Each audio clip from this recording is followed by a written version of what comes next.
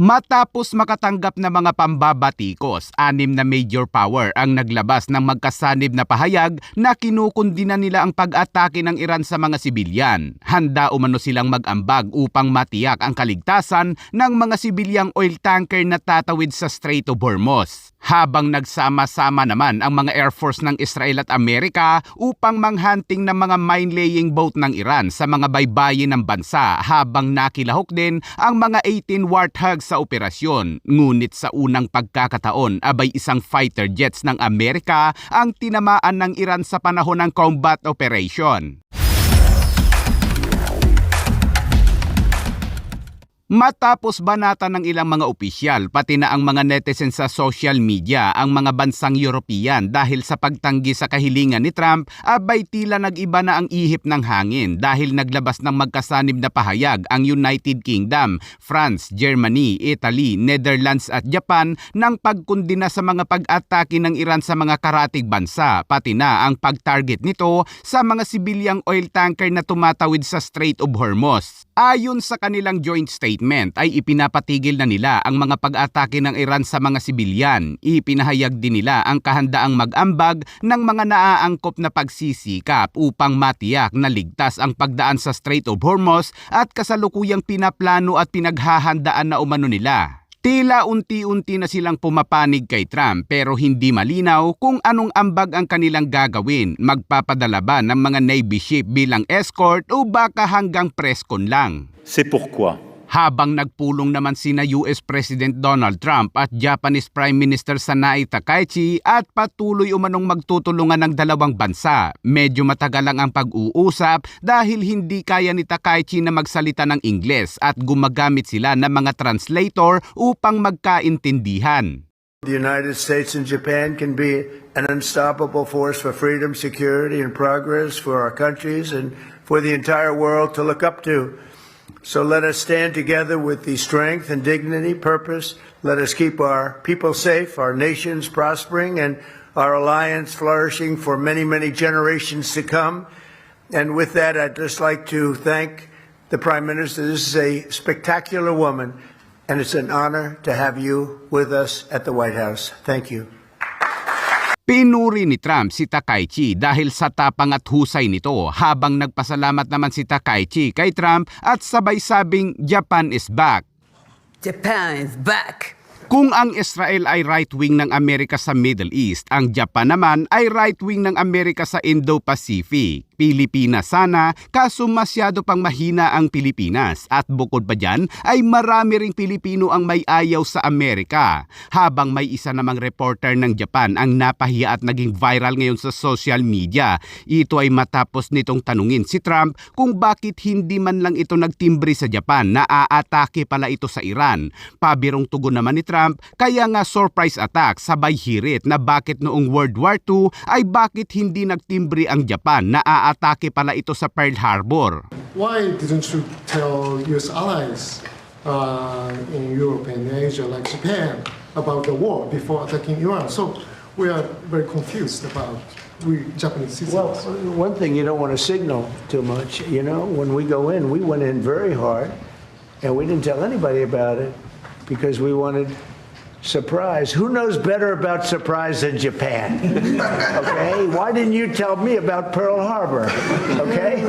Kitang sumama ang tingin ni Takaichi sa reporter dahil sa tila napahiya sila sa sablay nitong tanong. Pinapalakas ni Takaichi ang pakikipag-alyansa sa Amerika, ngunit dahil sa tanong na hindi umano pinag-iisipang mabuti ay naungkat ang World War II na ayaw ng pag-usapan ng Japan. Muli namang naglabas ng bagong pahayag ang chief ng NATO at sinabing ang ginagawa ng Israel at Amerika ay mahalaga sa seguridad ng Europa at Middle East.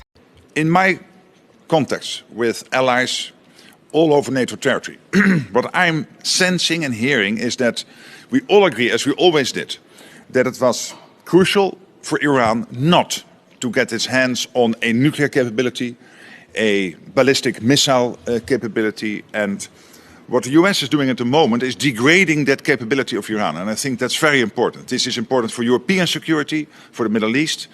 It is vital for Israel itself. Samantala, sa patuloy na operasyon ng US Air Force sa Iran, isang F-35 fighter jets ng Amerika ang napaulat na nag-emergency landing sa isang US base sa Middle East matapos umano itong tamaan ng Iran. A U.S. F-35 stealth fighter on a combat mission over Iran was hit possibly by hostile fire. Kinumpirma ng CENTCOM ang nangyaring insidente at nasa maayos naman na kondisyon ang piloto nito at kasalukuyan ding iniimbestigahan. Agad namang naglabas ng footage ang Iran at sinabing isang fighter jets umano ang kanilang pinabagsak. Pero ayon sa mga expert ay posibleng tinamaan nga talaga ng Iran ang US fighter jets, ngunit ang inilabas nilang footage ay peke umano ayon sa mga expert dahil ang totoo manong flare footage ay dapat walang shadow ang isang fighter jets tulad nito. Kaya't posibleng kinuha umano ng Iran ang footage sa isang video game at ginawa itong black and white at nilagyan ng grid upang magmukhang totoong flare footage.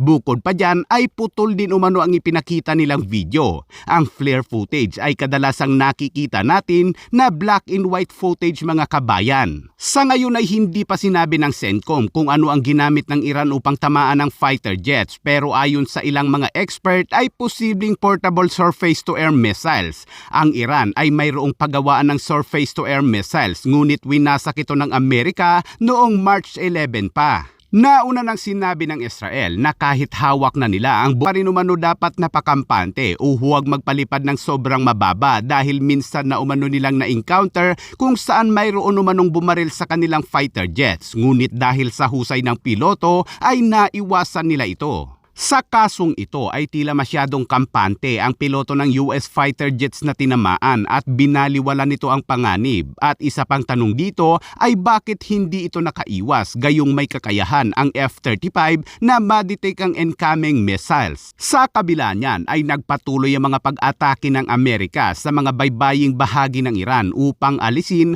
ang mga panganib laban sa mga barko, kaya't nadagdagan na naman ang bilang ng mga nasirang mine-laying boat ng Iran. At diyan ay nakiisa ang Israeli Air Force at tinarget din ng mga mine-laying boat at mga underground ng Iran na malapit sa Strait of Hormuz, habang isang corvette pa ng Iran ang pinalubog ng Israel sa panahon ng operasyon. Bukod pa dyan ay nakilahok din ng mga 18 Warthog ng Amerika kung saan nakatoka ang mga ito sa mga speedboat ng Iran na magtatagkang tumarget sa mga sibilyang oil tanker, habang ang iba pang Warthog ay binibenga naman ng mga proxy ng Iran sa Iraq.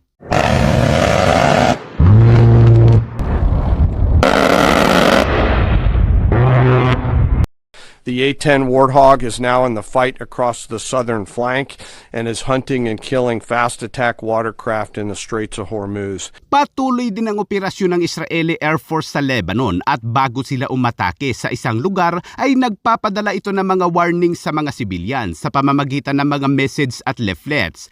Tinarget din ng Israeli Air Force ang isang tulay sa Lebanon na ginagamit umano ng grupong Hezbollah bilang tawiran at paglilipat ng mga armas. Ngunit kahit may warning, abay binaliwala ito ng isang Russian state media, kaya't bigla itong napatumbling ng wala sa oras. Against Nahariya and admit it. Muntik ng tamaan si tropa mga kabayan at sa awa ng Panginoon ay buhay pa naman. Mabuti na lamang at maliit na bomba ang ginamit ng Israel. Dati nang sinabi ng Israel sa mga sibilyan na agad na lumikas kapag sila ay nag-warning sa isang lugar dahil walang sinuman ang pwedeng pumigil sa kanilang mga operasyon. At ito ang nangyari sa Gaza noon dahil ayaw ng mga sibilyang makinig sa mga babala ng Israel na lumikas. Welcome to the Foreign Press.